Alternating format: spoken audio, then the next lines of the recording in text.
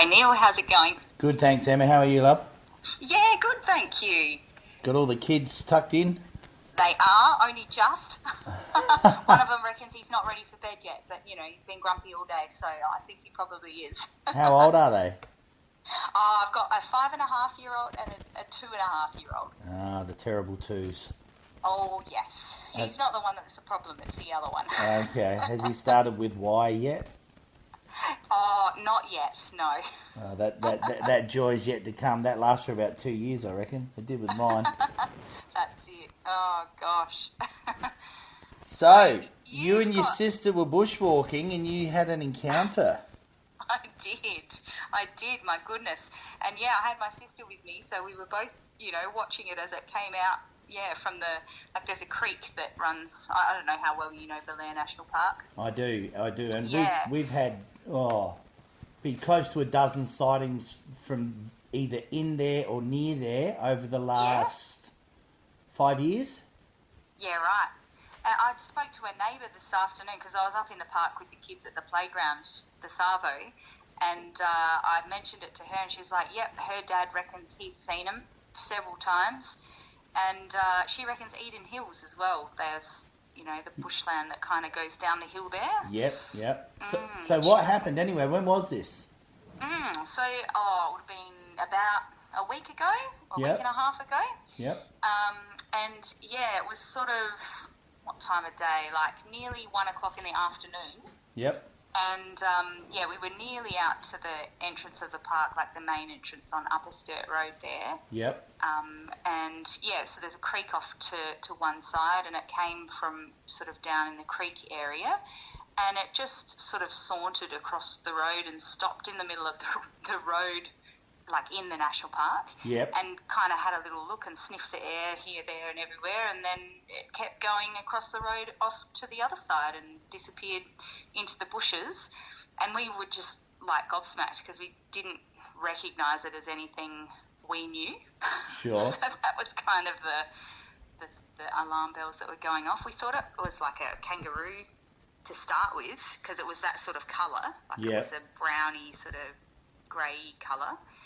But the way that it moved wasn't that. But I think maybe its head was sort of a different shape, and that's what kind of made us think. And its ears were very standy-uppy, sort of forward-facing ears. Yep. And, but it sort of slunk like a hyena, It had the weird sort of back legs that were quite muscly looking. And, like its tail was the other thing that I thought, it was a long sort of straight tail. It would have been 50 centimetres or so, like it was a really long sort of tail. Yeah. And it looked a bit stripy. So. Okay. Now, what distance were you from it?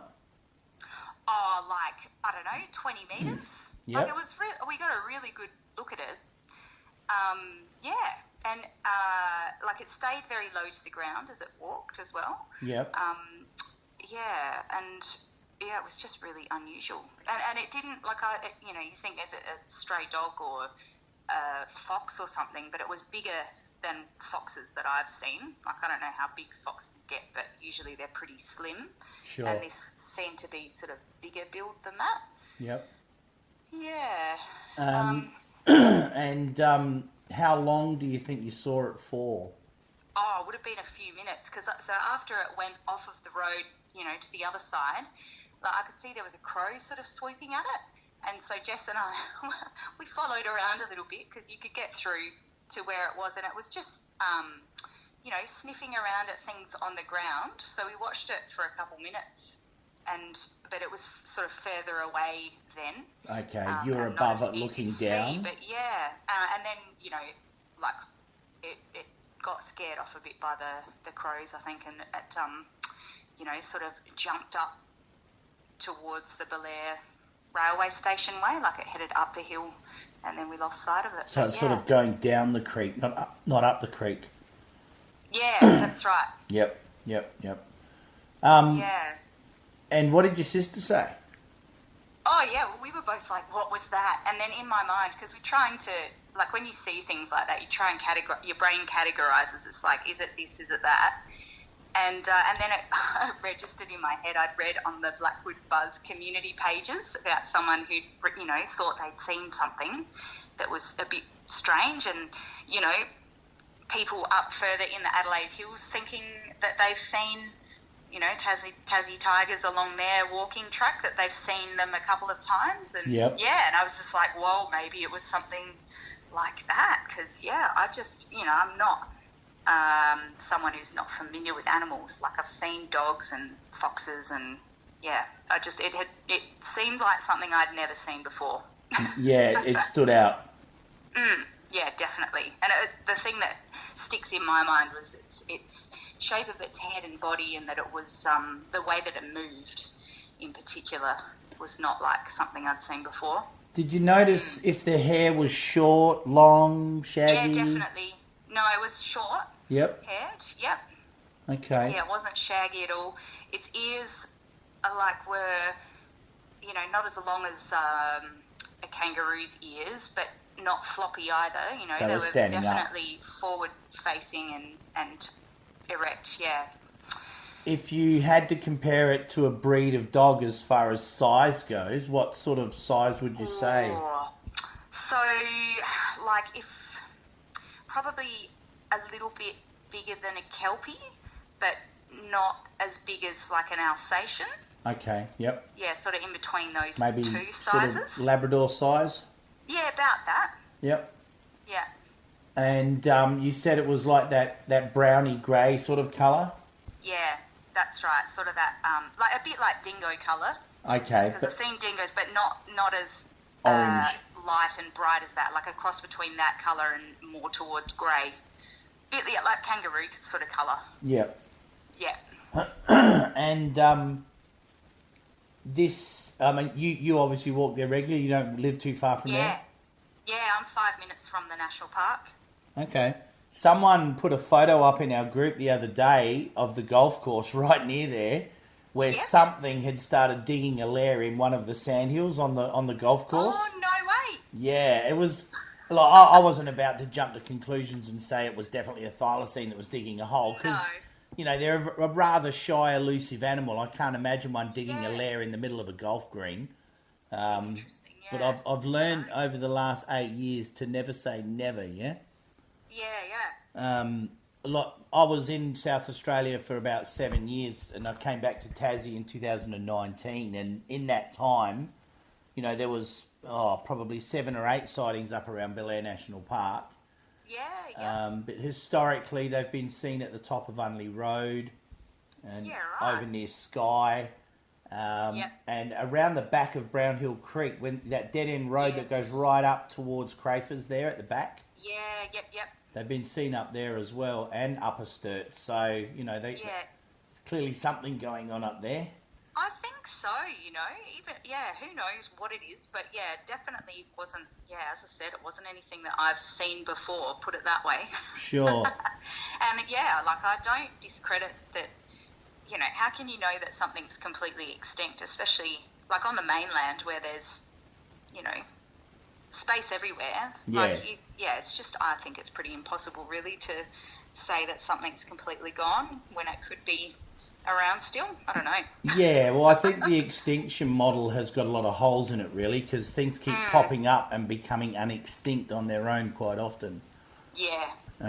And at the moment, we've got a little bit of a war of words online because we've got the cloning clowns determined. Yes, I saw that. Yeah, I'm a little bit over it because, they've got however many millions of dollars to go and attempt to create life, and they can't give 1 cent to look for it, Yeah. It's a little bit of a joke, but you get that on the big contracts. So, that's right. Do you normally walk with your phone handy?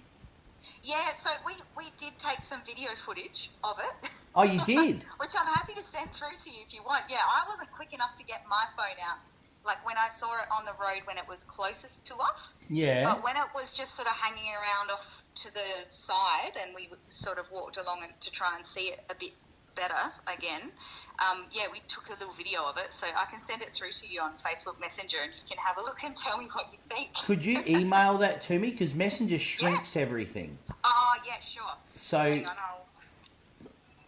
I'll write down your email address. Awesome. Here you go. So it's all one word, all lowercase. Yep. And it's Don't Believe My Eyes. Which is kind of appropriate. That's why I used it. Yeah. And there's no apostrophe in don't, so it's just all... I was going to ask that. Yep, easy. Don't Believe My Eyes at hotmail.com. At Hotmail, okay. That's fantastic. You got a video. Yeah. As I said, I wished I had thought of it like to start with when it was close, and it would have been a really clear That's video. The shock factor. Yeah, but you can kind of see, if you zoom in on the video that I sent, you can see how it's moving, and you sort of see that it's the shape of its head and that. It's, Excellent. I look forward to that. The thing you can't see very well because its tail, was sort of thin. Yep. That's not as apparent in the video, but definitely you can see it moving around and sniffing and, Excellent. Well, look, if you can flick that through to me in an email, I'll email you back and we'll have a bit more of a chat via email if you like. Yeah, sure. No worries. Fantastic. Good work. I'm impressed. Oh, good. Yeah. Well, I was just like, Well, that video we released in 2016, that wasn't very far from Belair National Park either. Oh, yeah, right. Cool. That was in the Blackwood area, so... I read, I can't remember what page it is, but there's a page of sightings and people's accounts on there, and I forget the lady's name. Is it Glenda somebody who was like a zoologist or someone who's studied animals before and has seen it 3 times, I think, around the same area as what we had seen? Yeah, that's right. Like, wow. I interviewed her. I went and met her, actually, when I was still over there. And she walks in the park late at night because she's got some rare disease where she can't go out in the sun. Yep. So she does all her exercising at night after dark, and she's seen it about 3 or 4 times coming out of the gate there, right near the main entrance on whatever that road is. I can't remember now. Upper Sturt Road. That's where we saw it. Yeah. Oh, that's fantastic. That's really good. All right. Look, I do release these audio recordings as a interview thing on our YouTube. You okay with that? Yeah, sure. All right, mate. No worries. Well, look, flick that through, and I will get back to you within the next day or so. No worries. All right. Have a good night, Neil. Awesome. Thanks very much for your time. Oh, good. See you later. Cheers.